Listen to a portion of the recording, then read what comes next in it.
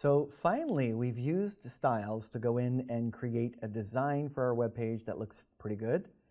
And we now have the navigation bar finished that we're going to repeat across all of our pages in our site. So what I'd like to do is I'd like to create those pages. So we have home, news, about us, and contact us that we're going to need to have this same navigation bar. So I'm just going to make it so we save the index.html file as these new file types, and then we're going to change the current information so the tabs are correct for each one, and we'll hyperlink them. So that's going to be important. All right, so join me on creating and adding pages to your site. So I'm currently in my code, and I'm in the index.html file. Now I am going to call the series of files here for news, contact us, and about us. It's going to be news.html, contact.html, and about.html. So before I save these out as multiple files, I'm going to add the hyperlinks for each of those. So I'm going to click here on line 21 in the A tag. I'm going to add the HTML reference, sorry, I'm having a hard time speaking. Adding the HTML reference to the news, which is going to point to news.html. And this is why we put them all in the root, because it makes it easier to find. So there it is. I'm going to go to contact on line 22, put my cursor after the A tag, type in href, my HTML reference equals quotes, and this is going to be contact, all lowercase, .html. And then lastly, the about is going to be a HTML reference that is going to point to about.html. Okay, now we're good to go. So these are all proper hyperlinks that will point to something within our root folder, and we're going to save that.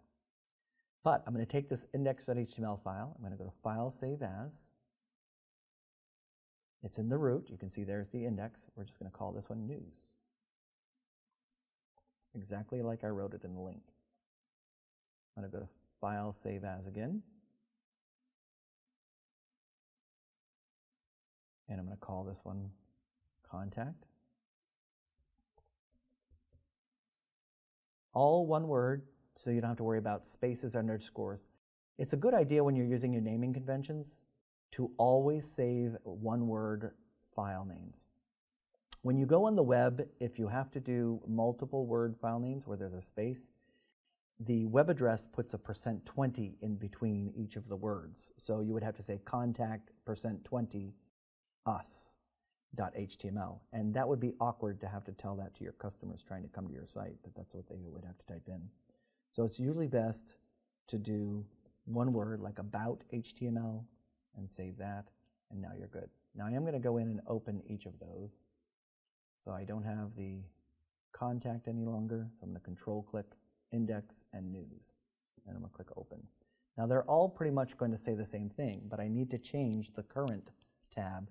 So when we navigate from one to the other, it places the white tab on the current page that we need. So the about, we're going to remove this class for current, Control X to cut it out, and I'm going to place it on the about here on the LI tag. There we go. I'm going to save that, and I'll close it. Next, I'm going to do the contact. I'm going to move the current class to the contact item on the LI tag, line 22, put space and paste since I already copied it. So I'm going to put that there, save that and close it.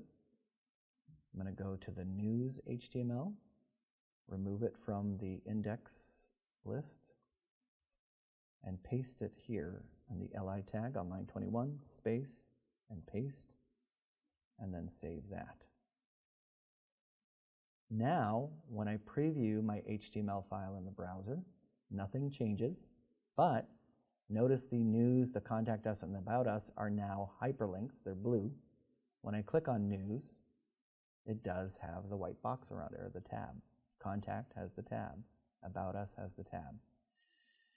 So we now have multiple pages on our site. They all have the same content, but we're eventually going to replace that content with something new, and we can navigate from one page to the next. In a future lesson, I'm going to talk about these pseudo classes for the hyperlinks, because I don't like the fact that the pseudo class for this state right here is blue or purple. The visited state should still be white, and it might not even, it probably shouldn't even have an underline, I'm not sure, because we know that they're hyperlinks. But we'll talk about that in a future lesson. So, we now have multiple pages within our website, and that's typical of many websites. You're going to have multiple pages that you're going to link to, and so these are called internal links that we're linking to these pages, and they're just pointing to other HTML pages within our site.